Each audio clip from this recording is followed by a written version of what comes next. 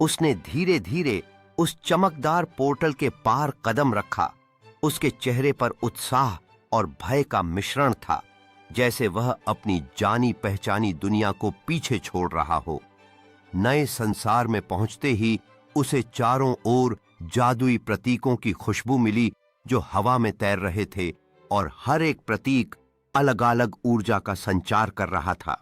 जैसे ही वह नए संसार में आया, उसने एक भव्य क्रिस्टल के महल को देखा जो कई चंद्रमाओं की रोशनी में चमक रहा था। तभी उसे महसूस हुआ कि कुछ जादुई जीव उसकी ओर बढ़ रहे हैं। उनके चेहरे पर जिज्ञासा थी और वे उससे मिलने के लिए उत्सुक थे।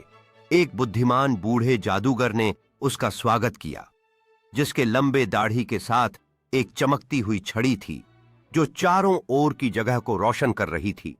उन्होंने उसे गोल मेज पर आमंत्रित किया, जहां प्राचीन स्क्रॉल और जादुई वस्तुएं रखी थीं, और वे दोनों एक गहरी बातचीत में लीन हो गए।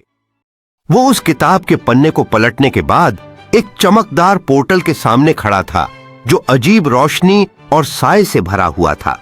उसके सामने एक जादुई स्थल था जिसमें तैरते हुए द्वीप, असामान्य जीव और जीवंत रंग थे जो उसे उस पार कदम रखने के लिए बुला रहे थे।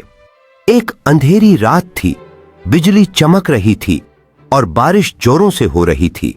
शहर के एक पुराने लाइब्रेरी में एक लड़का घंटी की आवाज से जाग गया। वह याद करने की कोशिश करता है कि वह वहां कैसे आया, मगर कुछ याद नहीं आता। लाइब्रेरी के हर कोने में पुराने किताबों का ढेर था, लेकिन एक किताब जो मेज पर खुली थी, उसमें उसका नाम लिखा था। जैसे ही उसने वो पन्ना पलटा, एक रोशनी फूटी और सब कुछ बदल गया।